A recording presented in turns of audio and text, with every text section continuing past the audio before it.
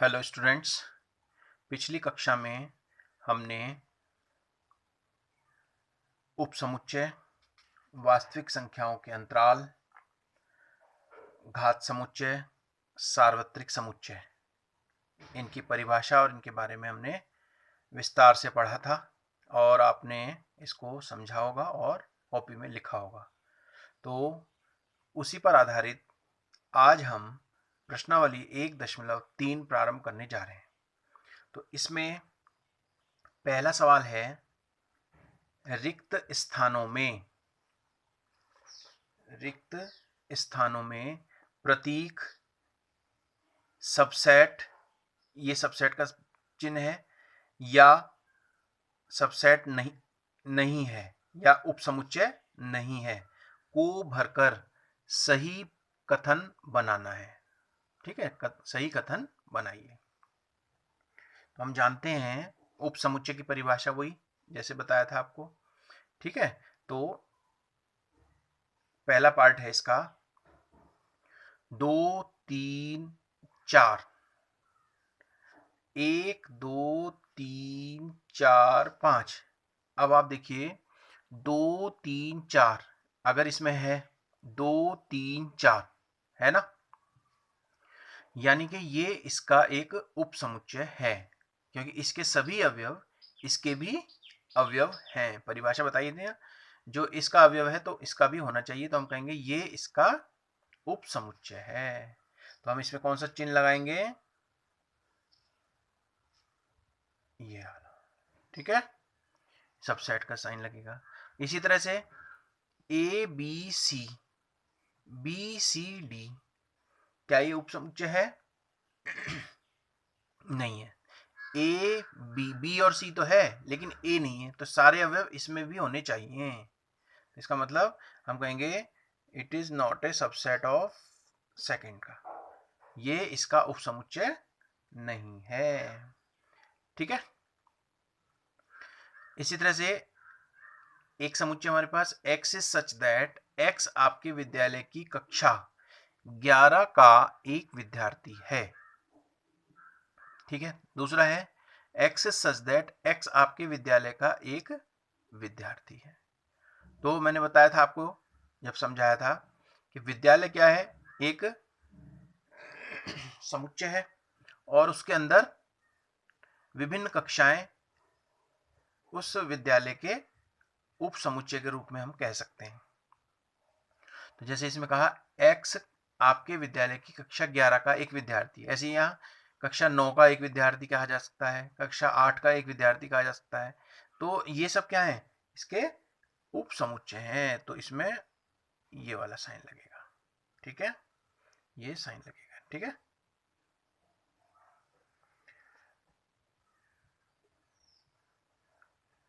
ठीक। Next, x is such that x किसी समतल में स्थित एक वृत्त है। x is such that x किसी समतल में स्थित एक वृत्त है। दूसरा है x is such that x एक समान समतल में वृत्त है जिसकी त्रिज्या 1 इकाई है। ठीक है, तो x एक समान समतल में वृत्त है जिसकी त्रिज्या 1 इकाई है। तो इसमें तो ये 1 इकाई वाले वृत्त ही होंगे, लेकिन इसमें सभी प्रकार के सभी त्रिज्याओं के वृत्त होंगे। तो ये इसका उपसमुच्चय होना चाहिए, ना कि ये इसका उपसमुच्चय। तो हम कह सकते हैं कि ये इसका उपसमुच्चय नहीं है। ठीक है, इसमें निशान लग जाएगा। अब इसी तरह से पांचवा पार्ट है, x is such that x किसी समतल में स्थित एक त्रिभुज है। ठीक है, तो कोई भी त्रिभुज हो सकता है। और दूसरा है समुच्चय x is such that x किसी समतल में स्थित एक आयत है। कहां त्रिभुज और कहां आयत, तो ये भी इसका उपसमुच्चय नहीं है। ठीक है, इसमें ये वाला लग जाएगा साइन। ठीक है, तो इसी तरह से छठा पार्ट है, छठा है x is such that x किसी समतल में स्थित एक समबाहु त्रिभुज है। समबाहु, जिसकी प्रत्येक भुजा बराबर होती है, ऐसा त्रिभुज समबाहु त्रिभुज कहलाता है। और x is such that x किसी समतल में स्थित एक त्रिभुज है। तो इसमें क्या हुआ, इसमें सभी प्रकार के त्रिभुज आ जाएंगे, और ये खाली क्या है, समबाहु त्रिभुज है।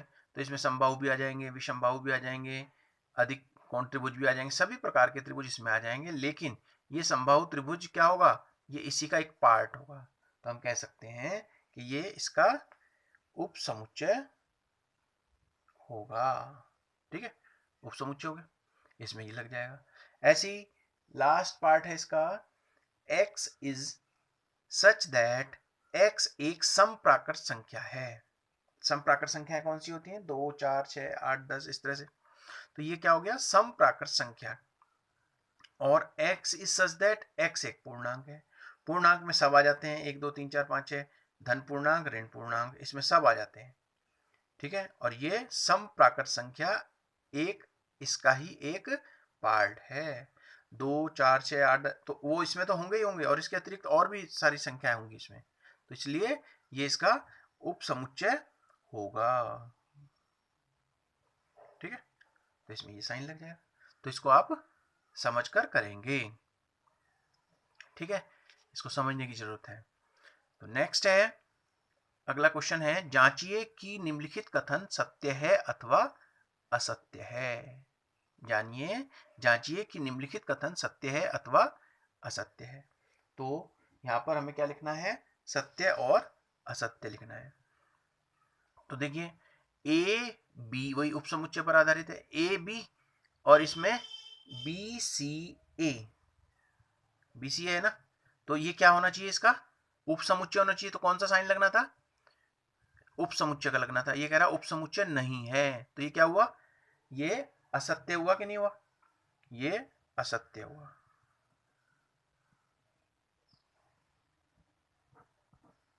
असत्य।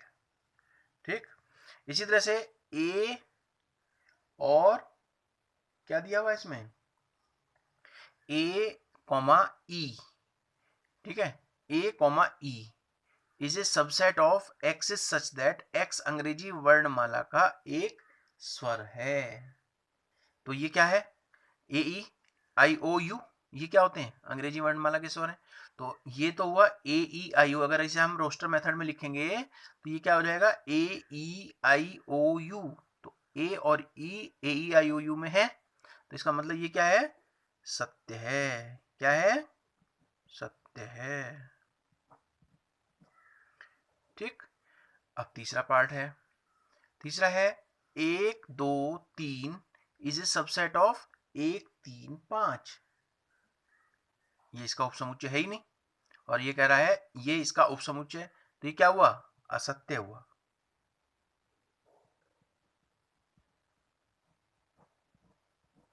ठीक, अब इसी तरह से A is a subset of A B C. तो ये क्या है, A is a subset of A B C. तो A इसमें है, तो इसका मतलब क्या हुआ, ये सत्य है। समझ में आ गया होगा। तो इसमें वही उपसमुच्चय के बारे में बताना था, सत्य असत्य। ठीक है, अब इसके बाद आता है पांचवा पार्ट। पांचवा पार्ट क्या है, ए सेट ए। ए ये किसका साइन है, बिलोंग्स टू का साइन है, अवयव है। समुच्चय ए अवयव है ए बी सी का। तो यहां अवयव आ सकता है, नहीं। अगर ये मंजिला ब्रैकेट ना होता, खाली हम कहते A belongs to A B C, तब तो ये सही था। अब इस केस में समुच्चय यहां पर ये इसका अवयव है, तो ये इस केस में यहां पर क्या हो जाएगा, ये असत्य हो जाएगा। क्या हो जाएगा, असत्य।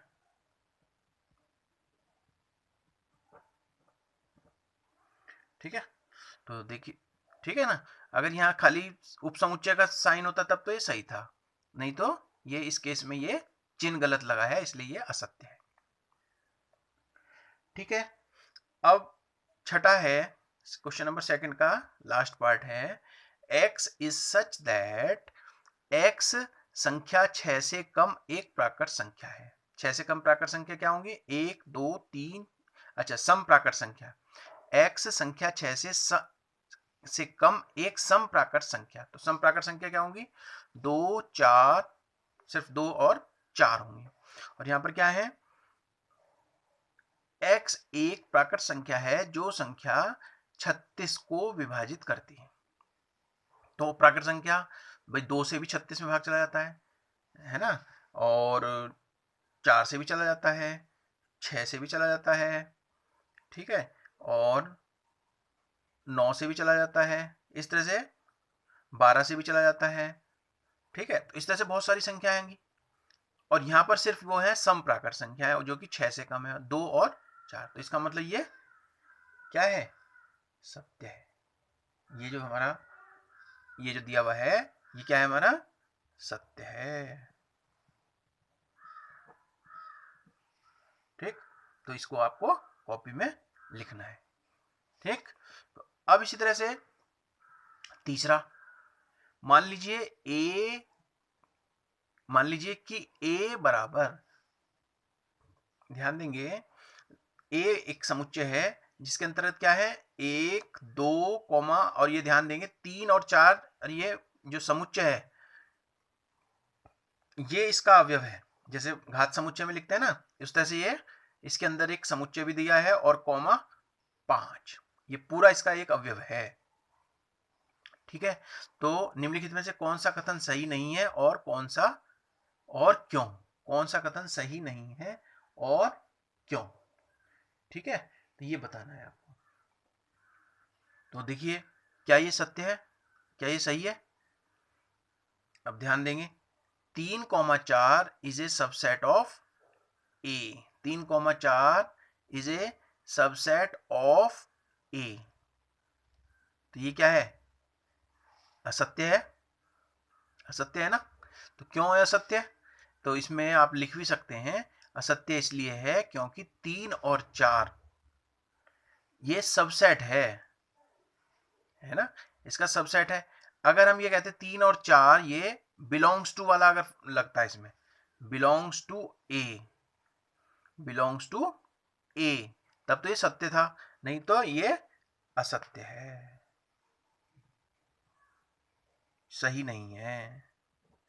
राइट, अगर ये खाली 3 4, ये तो इसका अवयव है ना यहाँ पर, तो यहाँ अवयव वाला साइन लगता है यहाँ पर। ठीक है, तो बिलोंग्स टू ए होना चाहिए था।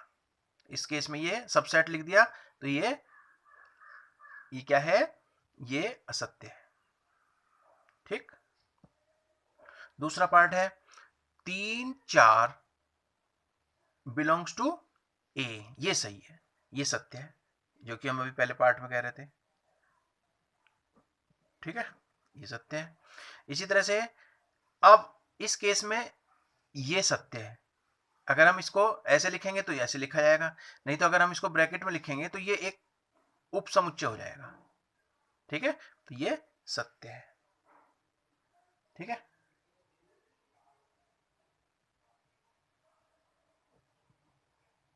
अगर खाली वैसे लिखेंगे तो ये असत्य हो जाएगा। वैसे अब ब्रैकेट में लिखा तो इसका मतलब ये उपसमुच्चय बन गया। ठीक, अब 1 बिलोंग्स टू ए, ये सत्य है।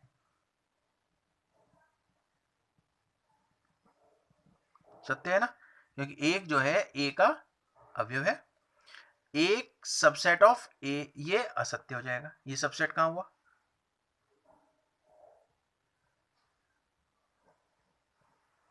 ठीक, 1 2 5, 1 2 5 is a subset of A. 1 2 5 is a subset of A. ठीक है, तो ये क्या हो गया? ये सत्य है, इसको हम लिख सकते हैं ऐसे, उपसमुच्चय तो है ही। सातवां पार्ट क्या है? 1 2 5 belongs to A. 1 2 5 belongs to A, ये क्या हुआ? ये असत्य होगा। 1 2 5 बिलोंग्स टू ए, ये होना चाहिए सबसेट, तो ये क्या हुआ? असत्य। ठीक है, 1 2 3, 1 2 3 इज ए सबसेट ऑफ ए, ये भी हमारा असत्य होगा, है ना, ये भी क्या होगा, असत्य, क्योंकि इसमें 3 अलग से नहीं है, इसके साथ तो है, लेकिन अगर अलग होता तो हम इसको बता सकते थे सत्य, तब तो ये सत्य हो जाता। ठीक है, अब 5 belongs to A, 5 belongs to A, ये क्या होता है, 5 मैंने कल लिखवाया था, जो रिक्त समुच्चय होता है प्रत्येक समुच्चय का उप समुच्चय होता है, ना कि सदस्य होता है। तो यहाँ अवयव लिख दिया, तो ये क्या हो गया, यहाँ पर ये असत्य हो गया।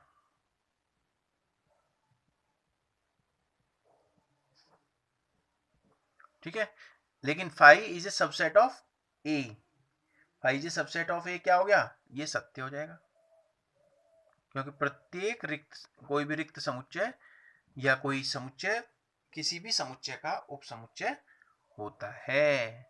ठीक है, अब लास्ट है इसका पार्ट, इसको हम 5 को ऐसे लिख सकते हैं, बिल्कुल भी नहीं लिख सकते। 5 अपने आप में खाली मंझले ब्रैकेट को कहते हैं, 5 को हम क्या कह सकते हैं, खाली, या तो ये लिखो या खाली मंझला ब्रैकेट लिखते हैं, मैंने बताया था आपको।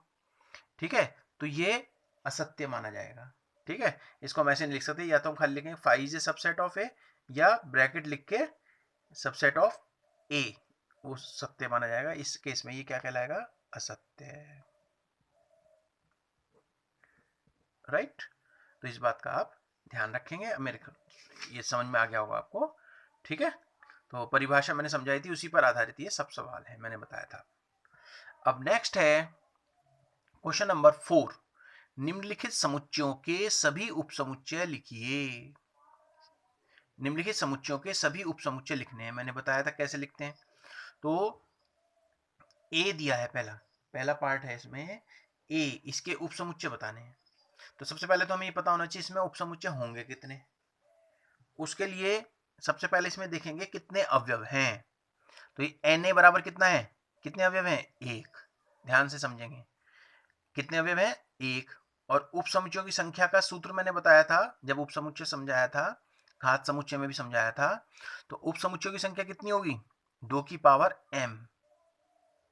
m का क्या है यहाँ पर, Na, इसे हम क्या कह सकते हैं, ये m का मान है, सूत्र के अनुसार m भी कह सकते हैं इसको। तो नंबर ऑफ एलिमेंट ऑफ ए कितने हैं, 1, और जिसे हमने m माना सूत्र के अनुसार, तो 2 की पावर m। तो 2 की पावर यहाँ कितने अवयव हैं इसमें, 1, तो यहाँ संख्या कितनी होगी, 2। तो इसके अवयवों की संख्या, इसके उपसमुच्चयों की संख्या कितनी होगी, 2। इससे हमें यहाँ कंफर्म हो जाता है। तो अब इसके उपसमुच्चय लिखते समय क्या करेंगे, एक तो फाई तो होता ही सबका, और कोई भी समुच्चय वो स्वयं भी उसका उपसमुच्चय होता है। फाई और ए, ये इसके उपसमुच्चय होंगे। समझ में आ गया होगा आपको। तो चलिए नेक्स्ट क्वेश्चन समझते हैं इसी तरह से, नेक्स्ट पार्ट। अब इसमें दिया हुआ है, माना इसको भी ए मान लो, माना ए बराबर ए कोमा बी, तो नंबर ऑफ एलिमेंट ऑफ ए कितना है, 2। समुच्चय ए के अवयवों की संख्या कितनी है, 2। ठीक है, इसे हम क्या कह सकते हैं यहाँ पर, m, जो सूत्र में लगेगा। तो उप समुच्चयों की संख्या कितनी है, 2 की पावर 2। 3 होता तो यहाँ 2 की पावर 3, 4 होता तो यहाँ 4 संख्या होती तो यहाँ 4 हो जाता। ठीक है, तो 2 की पावर 2 बराबर 4। तो अब इससे हमें ये पता लग गया कि इसके उप समुच्चय कितने होंगे, 4। तो उप समुच्चयों की संख्या 4 होगी, तो समुच्चय ए बराबर ए कॉमा बी के उप समुच्चय क्या क्या होंगे, एक तो फाई हो गई होगा, फाई सबका होगा उप समुच्चय, और स्वयं ए और बी भी होगा। अब इनको अलग अलग कर दो, ए अलग उप समुच्चय हो गया और बी अलग उप समुच्चय हो गया और ए भी अलग उप समुच्चय। तो 1 2 3 4, तो इससे क्या होगा कि आपका कोई भी उप समुच्चय छूटेगा नहीं। राइट, तो ये अब नेक्स्ट है तीसरा पार्ट है, माना तीसरा है ए बराबर 1 2 3, तो हम इसे ए मान लेते हैं सुविधा के लिए, नहीं तो आप खाली इससे भी कर सकते हैं। तो number of element of A, N for number of element of A, यानी कि समुच्चय ए के सदस्यों की संख्या, अवयवों की संख्या कितनी है, 3 है, 1 2 3। तो समुच्चय ए के उप समुच्चयों की संख्या कितनी हो जाएगी, 2 की पावर 3, तो ये कितना हो जाएगा, 8 हो जाएगी। इसकी संख्या कितनी हो जाएगी 8। तो समुच्चय ए बराबर 1 2 3 के उपसमुच्चय कितने हो जाएंगे, एक तो 5 होगा ही होगा, ठीक है। फिर इनको अलग अलग कर लो, 1 अलग उपसमुच्चय हो गया, 2 अलग उपसमुच्चय हो गया, 3 अलग उपसमुच्चय हो गया, फिर 2 2 के जोड़े बना लो, 1 2 2 3 3 1, और कोई भी समुच्चय स्वयं का भी उपसमुच्चय होता है, तो 1 2 3 ये भी उपसमुच्चय हो गया। तो संख्या हो गई 1 2 3 4 5 6 7 8। यदि इसमें एक संख्या कम होती है तो हम इसको चेक करेंगे दोबारा से कि ये 8 होनी चाहिए संख्या, उपसमुच्चयों की संख्या, ठीक है। अब फोर्थ क्वेश्चन है, फोर्थ पार्ट है इसका। इसमें दिया है समुच्चय नल रिक्त समुच्चय को दिया है, तो इसे भी हमने ए मान लिया। अब रिक्त समुच्चय में अवयवों की संख्या कितनी होती है 0। तो समुच्चय ए के उपसमुच्चयों की संख्या कितनी होगी 2 की पावर 0, जितने अवयव होंगे उतनी यहाँ पर लिखा जाता है। तो किसी भी राशि की घात 0 कितना होता है 1 होती है, 1 होता है। तो समुच्चय ए बराबर 5 का एक ही उपसमुच्चय 5 होगा, क्योंकि 5 तो स्वयं का भी उपसमुच्चय होगा, बाकी इसमें कोई अवयव है ही नहीं, तो इसलिए हम कहेंगे a बराबर 5 का एक ही उपसमुच्चय 5 होगा, इसका कोई अलग से कोई और उपसमुच्चय नहीं होगा, राइट। अब है क्वेश्चन नंबर 5, ठीक है। तो पी ए क्या है घात समुच्चय है ना, यानी कि समुच्चय ए का घात समुच्चय पी ए कहते हैं इसको, के कितने अवयव हैं। यदि a बराबर 5, उसी तरह से है जैसे अभी ऊपर आया, तो उसे घात समुच्चय में लिख देंगे। a बराबर 5 का मतलब क्या है रिक्त समुच्चय है, तो a बराबर 5 इसका मतलब क्या हुआ number of element of a is equal to कितना हो गया 0। इसमें अवयव कितने हैं रिक्त है ना, तो इसमें अवयव की संख्या 0। तो पी ए यानी कि पी ए किसे कहते हैं घात समुच्चय, किसी समुच्चय के उप समुच्चयों का समुच्चय उस समुच्चय का घात समुच्चय कहलाता है। ये कल मैंने आपको परिभाषा बताई थी और लिखवाई थी। तो number of element of P A is equal to 2 की पावर 0, और किसी भी राशि की घात 0 कितना होता है 1 होता है। अतः घात समुच्चय पीए में अवयवों की संख्या 0 1 होगी। इसमें अवयव कितने होंगे 1 होंगे, जैसे अभी पिछले सवाल में भी करा, इस तरह से इसकी भी अवयवों की संख्या कितनी हो जाएगी 1 होगी, ठीक है। तो आज हमने आपको ये प्रश्नावली 1.3 के 5 सवाल कराए, ठीक है। कल हम अंतराल वाले क्वेश्चन करेंगे और उसके आगे इस प्रश्नावली को कंप्लीट करेंगे, ठीक है। इसको आप ठीक से कॉपी में लिखेंगे। आज के लिए इतना ही, धन्यवाद।